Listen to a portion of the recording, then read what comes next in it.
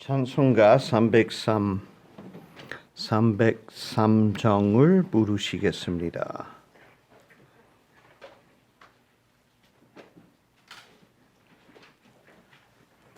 일어나 주십시오.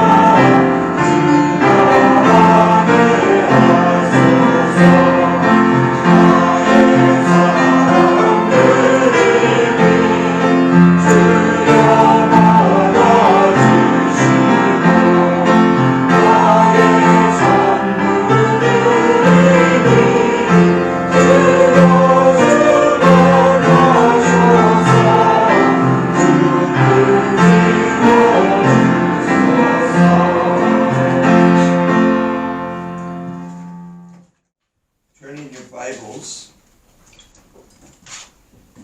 to Proverbs chapter 27. 잠언 27장입니다. Proverbs chapter 27 and verse 15. 잠언 27장 15절입니다. Before I read, I'm going to ask you ladies, don't get mad at me. 성경 말씀을 읽기 전에 질문 하나 드리겠는데 자매님들은 화를 내지 마십시오. Listen to the lesson and draw your conclusions after the lesson. 잘 들으시고 이제 결론을 그냥 말씀하십시오. Okay, Proverbs 27, verse 15. 잠언 27장 15절. A continual dropping in a very rainy day and a contentious woman are alike. 잠언 27장 15절입니다. 비가 몹시 오는 날에 계속해서 떨어지는 물방울과 다투기를 좋아하는 여자는 같으니. In 1 Kings chapter 4 verses 29 to 34, we learn that King Solomon was the wisest king to have ever lived to that time. 열왕기상 4장 29절부터 34절까지를 보면 솔로몬 왕이 가장 지혜로운 왕이었음을 알 수 있습니다. The Bible does not say that Solomon, King Solomon, was the wisest king who will ever live. 성경 말씀에서는 솔로몬을 가장 지혜로운 왕이라고 밝히진 않습니다. However, I believe that King Solomon was the wisest king to have ever lived and whoever will live. 하지만 제가 믿기에는 역사상 가장 지혜로운 왕이 솔로몬 왕입니다. Now, Solomon's wisdom came to him through several different sources. 솔로몬 왕이 지닌 지혜의 원천은 여러 곳에 있습니다. The first and primary source was God himself. 솔로몬 왕이 지닌 지혜의 첫 번째 원천이자 주요한 원천은 하나님입니다. We learn in 1 Kings that Solomon asked God for wisdom and God granted him that wisdom. 열왕기상 3장을 보면 솔로몬 왕이 하나님께 지혜를 구했고 하나님께서 솔로몬 왕에게 지혜를 주셨습니다. In Ecclesiastes chapter 1 verses 16 to 17, we learn that Solomon gained wisdom through experience and study. 전도서 1장 16절과 17절을 보면 솔로몬 왕이 체험과 공부를 통해서 지혜를 얻었음을 알 수 있습니다. It is well established that Solomon was a very wise king, and the book of Proverbs reveals the wisdom that he had obtained. 잠언은 솔로몬 왕이 지닌 지혜를 잘 드러내는 책입니다. However, with that said, understand that Solomon still sinned. 아무리 지혜로운 솔로몬 왕이었지만 죄를 지었음을 이해해야 합니다. He still disobeyed God. 하나님께 불순종했습니다. One area of disobedience that Solomon was involved with is in the wives, the number of wives and concubines that he had. 솔로몬 왕이 행한 불순종의 영역은 솔로몬 왕에게 많은 아내와 첩이 있었다는 점과 관련이 있습니다. There is some debate about how many actual wives and concubines he had. 아내와 첩 사이에는 많은 언쟁이 있었을 겁니다. But in 1 Kings chapter 11 verse 3, we learn that Solomon had 700 wives and 300 concubines. 열왕기상 11장 3절을 보면 솔로몬 왕에게 700명의 아내와 300명의 첩이 있었음을 알 수 있습니다. That's a lot of wives. 아내가 많습니다. He must, why? I think he was more crazy than wise. Any man who is married learns something about women. 남자가 결혼하게 되면 여자에 관해 배우게 됩니다. So with the vast number of wives that Solomon had, you would think he would have some wisdom to pass along about wives. 그렇다면 많은 여자들과 결혼한 솔로몬 왕이 여자들에 관해 얼마나 배우게 되었을지를 생각해 보십시오. Can you imagine what Solomon's house must have been like? 솔로몬의 집이 어땠을지 상상할 수 있겠습니까? All those women fighting. 여자들이 싸움하고 그러는 거죠. In Proverbs chapter 27 verse 15, we see a small portion of the wisdom that Solomon would have learned from his experience. 잠언 27장 15절을 보면 솔로몬 왕이 그가 겪은 체험을 통해 얻은 지혜의 한 부분을 드러내고 있습니다. Before we go any further, we need to understand a little bit about the houses in ancient Israel, how houses in ancient Israel were built. 본문 말씀을 더 보기 전에 고대 이스라엘이 집을 어떻게 지었는지를 잠깐 살펴보겠습니다. Now, the houses that are built today were very similar to the houses in ancient Israel. 오늘날 이스라엘이나 고대 이스라엘이나 집 짓는 방식은 비슷합니다. Understand that in Israel the climate is very hot. 이스라엘의 기후가 매우 덥다는 걸 이해하십시오. After the walls of a house were built, they would put rafters across the big structure of the roof to begin the structure of the roof. 집 벽을 세운 다음 석가래를 엇갈리게 놓고 지붕 구조를 만듭니다. Now these rafters would put very close together in order to support the large amount of weight that they would have to hold. 지붕 무게를 떠받치기 위해 큰 석가래들을 매우 가까이에 댑니다. After these rafters were put in place, then a thin layer of boards was put across the rafters. 석가래들을 제자리에 댄 다음 잔가지들을 석가래들과 엇갈리게 한층 깔아놓습니다. After the wood was put in place, they would take very heavy, muddy soil, and they would layer after layer put it on these rafters. 잔가지들을 한층 깔아놓은 다음 진흙을 두껍게 바릅니다. And the mud would get up to about 18 inches thick. 그 진흙이 18인치 두께쯤 될 때까지.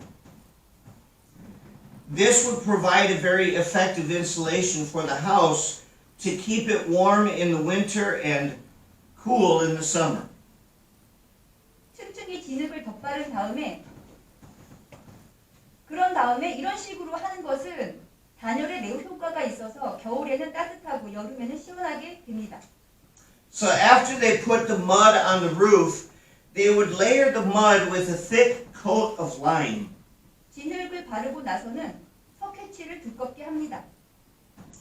On our farm in America, we use lime.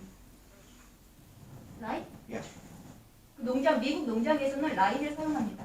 석회를 사용합니다. And I know from experience that lime, when it gets wet and then dries, becomes very hard like concrete. 물에게 석회가 마르면 콘크리트처럼 단단하게 됨을 경험상 저는 압니다. But if that lime, that hard, dried lime gets wet, it just crumbles. 하지만 석회가 젖게 되면 빨리 부스러집니다. So to protect the lime, then they would paint the lime with a whitewash paint. 따라서 석회를 보호하려면 화이트워시로 칠해야 합니다. Do you understand what whitewash paint is? 화이트워시가 무엇인지 아십니까? Do they use whitewash here in Korea? 사용합니까? 화이트워시를? Whitewash paint is a special paint that is made from crushed lime, and when it dries, it creates a very tight seal. 화이트워시는 으깨진 석회로 만든 페인트로 마르고 나면 단단한 막을 형성합니다. So that's a little bit how they would build roofs. They were very thick roofs. 그런 식으로 매우 두꺼운 벽을, 지붕을 만드는 겁니다. Now Israel has a rainy season that begins in early October and runs into May. 이스라엘이 우기는 10월 초부터 5월 정도까지입니다.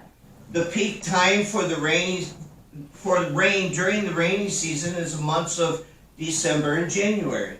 이스라엘에서는 12월과 1월에 가장 많은 비가 내립니다. And during this rainy season there can be prolonged times of rain. 우기에는 오래도록 비가 내리기도 합니다. In other words, it could rain for several days at a time. 비가 며칠씩 내린다는 겁니다. If a roof is not maintained properly, it can develop cracks that would allow water to seep into that very thick layer of mud. 지붕이 제대로 보수되지 않으면 지붕에 바른 두꺼운 진흙층 안으로 물이 들어와 균열이 생기게 됩니다.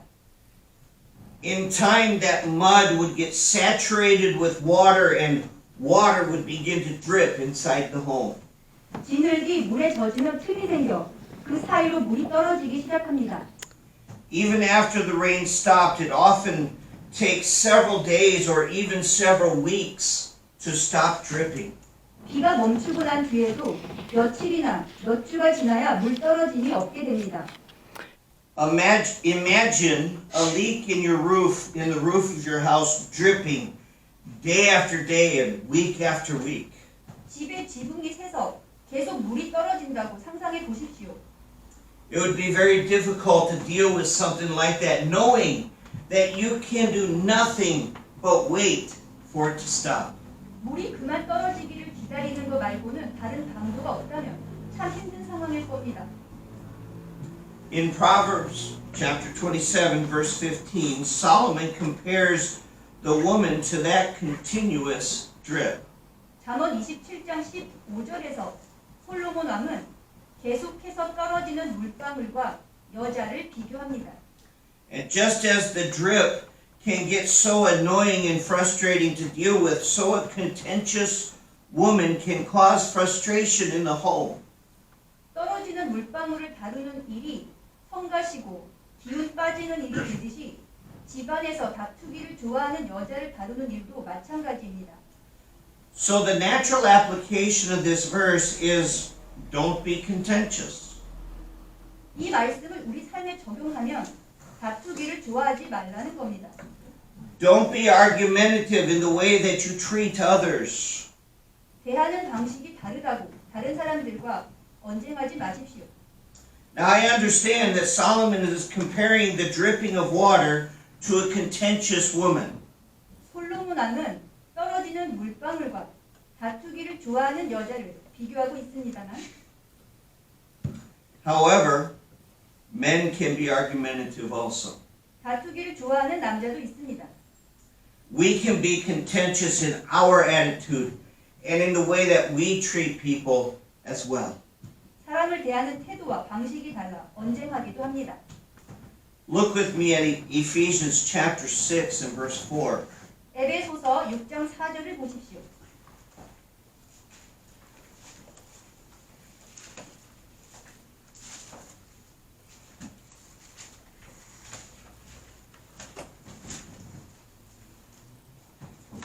Ephesians 6:4 says, And ye fathers, provoke not your children to wrath, but bring them up in the nurture and admonition of the Lord. 또 너희 아버지들아 너희 자녀들을 노엽게 하지 말고 오직 주의 교육과 훈계로 양육하라. Let's read verses 1 through 4. 1절부터 4절까지 읽겠습니다. Children, obey your parents in the Lord, for this is right. Honor thy father and mother, which is the first commandment with promise, that it may be well with thee, and thou mayest live long on the earth. And ye fathers, provoke not your children to wrath, but bring them up in the nurture and admonition of the Lord. 에베소서 6장 1절부터 4절까지입니다. 자녀들아, 주 안에서 너희 부모에게 순종하라. 이것이 옳으니라. 내 아버지와 어머니를 존경하라. 그것은 약속 있는 첫째 명령이니 이것은 내가 잘되고 땅에서 장수하게 하려 함이라. 또 너희 아버지들아, 너희 자녀들을 노엽게 하지 말고 오직 주의 교육과 훈계로 양육하라. So children are to honor their father and mother. 자녀들은 아버지와 어머니를 공경해야 합니다. How do you honor if you're contentious? 다투기를 좋아한다면 어떻게 공경할 수 있겠습니까? In verse 4, the word provoke means to cause or to stimulate into someone or something. 4절을 보시면 노엽게 하다라는 단어가 있습니다. 이 단어는 주로 누군가를 화나게 한다는 부정적인 의미로 사용됩니다. The word is usually used in a negative sense of causing someone to become angry. 누군가를 화나게 한다는 부정적인 의미로 사용되는 단어가 바로 노엽게 하다입니다. In Ephesians chapter 6 verse 4, God calls on fathers to live in a manner that does not cause anger or contention. 에베소서 6장 4절에서 하나님께서는 아버지들에게 가정에서 화를 돋우거나 다툼을 일어나게 하지 않는 태도로 살아가라고 하십니다. Instead, we are to raise our children in the nurture and admonition of the Lord. 주님의 교육과 훈계로 자녀들을 양육하라고 하십니다. We are to raise our children in a manner in which they learn to love God. 주님을 사랑하는 자녀들로 양육해야 합니다. So I believe that Proverbs chapter 27 verse 15 applies to both men and women. 잠언 27장 15절은 남녀 모두에게 적용되는 말씀입니다. We as the children of God ought to live in a manner that others see the love of Christ displayed in our lives. 하나님의 자녀들인 우리의 삶은 다른 사람들에게 그리스도의 사랑을 비추는 삶이어야 합니다. We are not to live contentious, argumentative, or in any angry manner. 다투기를 좋아하며 언쟁하며 화를 내며 살아서는 안 됩니다. The challenge that I present you with tonight is to examine your heart and ask God to forgive you for the contention that you might have. 다툼을 좋아하는 마음을 지니고 있지는 않은지 여러분의 마음을 한번 점검해 보시고 그런 마음이 있다면 하나님께 용서를 구하십시오. Let's develop homes that display the love that we have for each other. 서로를 향한 사랑이 보이는 가정이 되도록 합시다. It's never too late to express love for one another. 늦지 않았으니 서로를 향한 사랑을 표현해 보십시오. You know, children have a keen sense of when there's contention between their mom and dad. 아이들은 부모님의 다툼을 예리하게 알아챕니다. Even as adults, when they are no longer living in the home, they can have a sense that there is contention. 함께 살지 않아도 그러한 다툼을 알아챌 수 있습니다. Husbands, wives, and children, don't be a drip of water.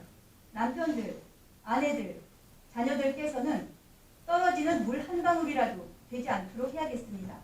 Don't be contentious in the way that you live. 다툼을 좋아하는 삶을 살지 않도록 합시다.